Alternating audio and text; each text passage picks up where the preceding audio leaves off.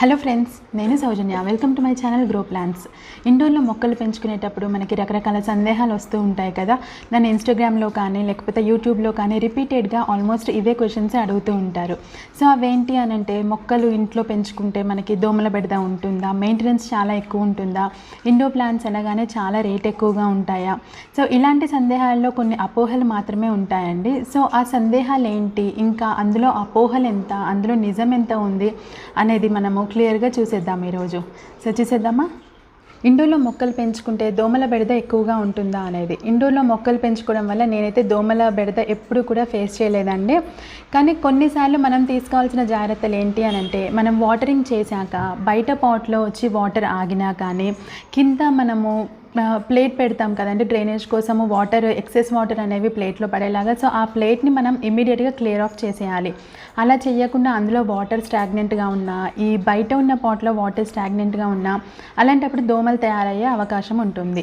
So ఈ విషయంలో మనం జాగ్రత్తగా ఉంటే ఇండోర్లో మనం ఎన్ని మొక్కలు పెట్టుకున్నా కానీ దోమలు తయారవడం అనేది ఇండోర్ ప్లాంట్స్ వల్ల జరగదు. అండ్ పైన కూడా ఒకవేళ మీకు అంతగా డౌట్ ఉంది అని అంటే, పైన సాయిల్ని కూడా మీరు మార్బుల్స్ కానీ రకరకాల స్టోన్స్ దొరుకుతూనే ఉంటాయి కదా, వాటితో కూడా మీరు కవరింగ్ చేసుకోవచ్చు. బట్ నాకైతే ఎప్పుడు అంత అవసరం పడలేదండి.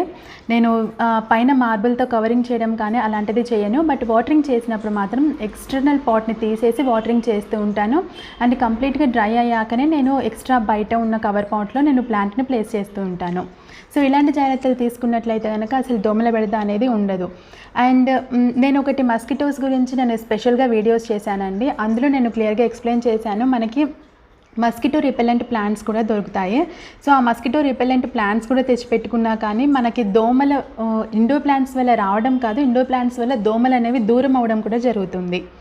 సో నెక్స్ట్ అపోహ వచ్చేసి, మనము బెడ్రూమ్లో మొక్కలు పెంచుకోవటం వల్ల అవి నైట్ పూట కార్బన్ డైఆక్సైడ్ రిలీజ్ చేస్తాయి కదా. సో ఆ కార్బన్ డైఆక్సైడ్ అనేది మనకి ఏమైనా హెల్త్కి ఎఫెక్ట్ అవుతుందా అనేది. ఇది కంప్లీట్గా అపోహ మాత్రమే అండి. ఎందుకు అని అంటే, మొక్కలు అనేవి నైట్ మాత్రమే కార్బన్ డైఆక్సైడ్ రిలీజ్ చేస్తాయి కదా. బట్ మనము కానీ లేకపోతే మన చుట్టూ ఉండే మనుషులు కానీ every time carbon dioxide release చేస్తూ ఉంటాము. సో బెడ్రూమ్లో మొక్కలు నైట్ ఎంతైతే కార్బన్ డైఆక్సైడ్ రిలీజ్ చేస్తాయో వాటి మోతాదు అనేది చాలా తక్కువ మైక్రాన్స్లో ఉంటుంది. అండ్ మన పక్కన ఎవరైతే చుట్టుపక్కల పడుకుంటారో, కొంతమందికి పెట్స్ కూడా ఉంటాయి. సో వీటన్నిటితో కంపేర్ చేస్తే మొక్కల నుంచి వచ్చే కార్బన్ డైఆక్సైడ్ అనేది చాలా చాలా తక్కువ మోతాదులో ఉంటుంది. నెగ్లెక్ట్ చేసేంత తక్కువ మోతాదులో ఉంటుందన్నమాట. సో పక్కనున్న పర్సన్ రిలీజ్ చేసే కార్బన్ డైఆక్సైడ్ అనేది మన మొక్కల నుంచి వచ్చే కార్బన్ డైఆక్సైడ్తో కంపేర్ చేస్తే చాలా ఎక్కువగా ఉంటుంది. సో మనము ఒక్కోసారి రూమ్లో మనం చాలామంది పడుకుంటూనే ఉంటాము, మ్యారేజెస్ అప్పుడు, ఇంకా డిఫరెంట్ అకేషన్స్లో. సో అప్పుడు కూడా మనకి ఎలాంటి ఎఫెక్ట్ ఉండదు కదండి, చుట్టుపక్కల అందరూ కార్బన్ డైఆక్సైడే రిలీజ్ చేస్తూ ఉంటారు. సో అలాంటప్పుడు మనము బెడ్రూమ్లో మొక్కలు పెంచుకోవడం వల్ల కార్బన్ డైఆక్సైడ్ అవి రిలీజ్ చేయడం వల్ల మనకి హెల్త్ హజార్డ్ అనేది ఎట్టి పరిస్థితుల్లోనూ జరగదు. అండ్ నెక్స్ట్ క్వశ్చన్ వచ్చేసి, మా ఇంట్లో చాలా తక్కువ వెలుతురు ఉంటుంది, అలాంటప్పుడు కూడా నేను ఇండోర్లో మొక్కలు పెంచుకోవచ్చా అని అడుగుతూ ఉంటారు. సో దీనికి నేను ఇచ్చే సలహా ఏంటి అని అంటే, మన ఇంట్లో చాలా తక్కువ లైటింగ్ ఉన్నప్పటికీ కూడా వాటిని తట్టుకొని పెరగగలిగే మొక్కలు అనేవి కొన్ని ఉన్నాయి. మనకి మనీ ప్లాంట్ కానీ, జీజీ ప్లాంట్ కానీ, స్నేక్ ప్లాంట్ కానీ, లేకపోతే ఫిలోడెండ్రన్స్ కానీ, ఇవన్నిటికీ కూడా చాలా తక్కువ లైటింగ్లో కూడా అడ్జస్ట్ అయిపోయి మొక్కలు అనేవి సస్టైన్ అవుతూ ఉంటాయి. సో నేను ఇచ్చే సలహా ఏంటి అని అంటే, మనము ఎక్కడైతే మొక్కలు పెట్టాలి అనుకుంటున్నామో అక్కడ తక్కువ లైటింగ్ ఉన్నా కానీ మనం అక్కడ మొక్కలు ప్లేస్ చేసుకోవచ్చు. బట్ మన ఇంట్లో ఏదో ఒక ప్లేస్లో ఏదో ఒక టైంలో డైరెక్ట్ సన్లైట్ అనేది వస్తూ ఉంటుంది కదా. కొన్ని స్పేసెస్లో బ్రైట్ స్పాట్ ఉంటాయి కదా. సో 1 వీక్ ఒకసారి కానీ అలాగ మనం ఈ మొక్కలన్నిటిని తీసుకెళ్ళి ఆ బ్రైట్ స్పాట్లో ఆ పర్టికులర్ డేలో ఉంచినట్లయితే వాటికి కావాల్సినటువంటి ఎనర్జీని అవి ఉత్పత్తి చేసుకుంటాయి. అండ్ నెక్స్ట్ మనము ఒక 6-7 డేస్ని మనము మనకు నచ్చిన ప్లేస్లో పెట్టుకోవచ్చు. సో తక్కువ లైటింగ్లో మనం మొక్కలు పెంచుకునేటప్పుడు మనకి మొక్కలలో ఎదుగుదల అనేది తక్కువగా ఉంటుంది కదా. సో 1 వీక్ ఒకసారి మనం బ్రైట్ స్పాట్లో పెట్టుకోవడం వల్ల అవి వాటికి కావాల్సిన ఎనర్జీని ఉత్పత్తి చేసుకుంటాయి. అండ్ రిమైనింగ్ టైంలో వాటిని యూజ్ చేసుకుంటుంది అనమాట. సో మనం తక్కువ లైటింగ్లో కూడా మొక్కల్ని డెఫినెట్గా పెంచుకోవచ్చు. ఈ ట్రిక్ అనేది మీరు ఫాలో అవుతాయి. ఒకవేళ తక్కువ లైటింగ్లోనే మీరు కావాలి అంటే ఉంచుకోవచ్చు ప్లాంట్స్ని కంటిన్యూస్గా, బట్ గ్రోత్ అనేది తక్కువగా ఉంటుంది. సో మనము ఒక్కోసారి ఇట్లా బ్రైట్ స్పాట్లో పెట్టి తీస్తూ ఉంటే ఏమవుతాయి అని అంటే, ప్లాంట్లో గ్రోత్ అనేది బాగుంటుంది అనమాట. ఇండోర్లో మొక్కలు పెంచుకునేటప్పుడు ఇంకా చాలామంది అడిగే క్వశ్చన్ ఏంటి అని అంటే, ఇండోర్లో మొక్కలకి మనము డైలీ వాటరింగ్ చేస్తూ ఉండాలా, చాలా మెయింటెనెన్స్ ఉంటుందా అనేది.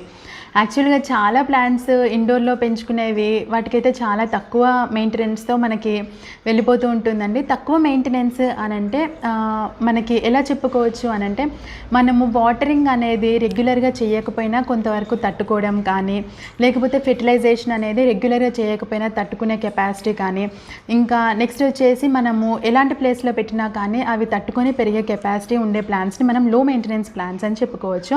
సో చాలా రకాలైనటువంటి ప్లాంట్స్ మనకి లో మెయింటెనెన్స్ ప్లాంట్స్ ఉంటాయి. వీటికి కొన్ని రకాలైనటువంటి ప్లాంట్స్కి అయితే మనము 15 డేస్కి ఆల్మోస్ట్ ఇప్పుడు ఇలాంటి స్నేక్ ప్లాంట్స్ అయితే 1 మంత్కి ఒకసారి వాటరింగ్ చేసినా కానీ మనకి ఇబ్బంది ఉండదు. సో ఇలాంటి ప్లాంట్స్ని మనము వెకేషన్కి వెళ్ళినా కానీ రెగ్యులర్గా వెకేషన్కి వెళ్తూ ఉంటాము, లేకపోతే రెగ్యులర్గా అవుట్ ఆఫ్ స్టేషన్ వెళ్తూ ఉంటాము అనే వాళ్ళకి కూడా ఇలాంటి మొక్కలు అనేవి సూట్ అవుతూ ఉంటాయి అన్నమాట.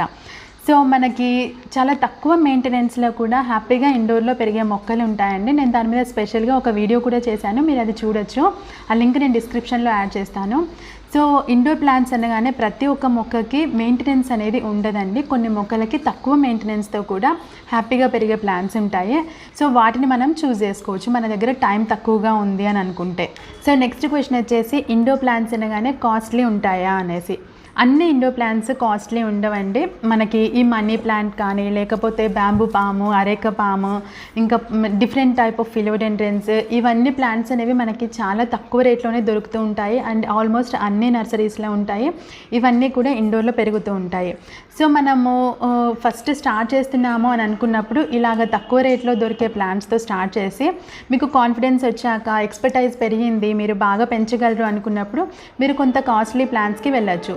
సో ఇండోర్ ప్లాంట్స్ అనగానే కాస్ట్లీ అయితే ఉండవండి. కొన్ని రకాల మొక్కలు మాత్రం డెఫినెట్గా కాస్ట్లీ ఉంటాయి. మనం వాటిని స్టార్టింగ్లో ట్రై చేయకపోవడం బెటర్ అనమాట. లైక్ క్యాలథియాస్ కానీ, హోయాస్ కానీ, ఇవి కొంతవరకు హోయా ప్లాంట్స్ అయితే మనకి హైదరాబాద్లో రేర్ కాబట్టి మనకి కాస్ట్లీ ఉంటాయండి. కొన్ని రకాల బెగోనియాస్ కానీ ఇవన్నీ కూడా హైదరాబాద్లో కొంతవరకు కాస్ట్ ఎక్కువగా ఉంటాయి. బట్ మనకి వేరే లొకేషన్స్లో వెళ్తే ఇవన్నీ ఆర్డినరీ ప్లాంట్స్ అండి, అక్కడ ఈజీగా పెరుగుతాయి అండ్ కాస్ట్ కూడా తక్కువగా ఉంటుంది. సో ఇండోర్ ప్లాంట్స్ అన్నీ కూడా కాస్ట్లీ ఉండవు, మనకి తక్కువ ధరకి దొరికే ఇండోర్ ప్లాంట్స్ కూడా దొరుకుతాయి. ఒకవేళ ఎవరైనా స్టార్ట్ చేయాలి అనుకున్నప్పుడు ఇలాంటి తక్కువ దొరికే ప్లాంట్స్తోని స్టార్ట్ చేస్తే బాగుంటుంది. అండ్ నెక్స్ట్ వచ్చేసి ఇండోర్ ప్లాంట్స్ పెంచుకునేటప్పుడు రకరకాల బగ్స్ కానీ, పెస్ట్ అటాక్ కానీ జరుగుతూ ఉంటుందా, ఈ అటాక్ అనేది ఎక్కువగా ఉంటుందా అని. సో నా ఎక్స్పీరియన్స్ వచ్చేసి మనం ఇండోర్లో పెంచుకునేటప్పుడు మొక్కలకి చాలా కంట్రోల్డ్ ఎన్విరాన్మెంట్ అనేది ఉంటుంది కదా. సో పెస్ట్ అటాక్ కానీ, లేకపోతే ఏదైనా బగ్స్ అటాక్ చేయడం కానీ అయితే చాలా తక్కువగా ఉంటుంది. మోస్ట్లీ ఇండోర్ ప్లాంట్స్కి మీలీ బగ్స్ కానీ, స్పైడర్ మైట్స్ కానీ ఇవైతే మోస్ట్లీ అటాక్ చేస్తూ ఉంటాయి. వీటిని మనం చూడగానే మనకు తెలిసిపోతుంది కదా. సో వాటిని మనం ఇనీషియల్ స్టేజెస్లోనే మనము వాటిని క్యూర్ చేయగలిగితే మొక్క అనేది హెల్తీగా హ్యాపీగా ఉంటుందన్నమాట. మనము ఏదైనా మొక్కని నీళ్లు పోసేటప్పుడు జస్ట్ వాటరింగ్ చేయడం కాకుండా ఆ మొక్కని మనం దగ్గరగా అబ్జర్వ్ చేయడం కానీ, వెనకాల లీవ్స్ని చూడడం కానీ చేస్తే మనకి ఏదైనా పెస్ట్ అటాక్ ఏదైనా జరిగి ఉంటే కనుక మనకి అది ఇనీషియల్ స్టేజ్లోనే మనకు అర్థమైపోతూ ఉంటుంది.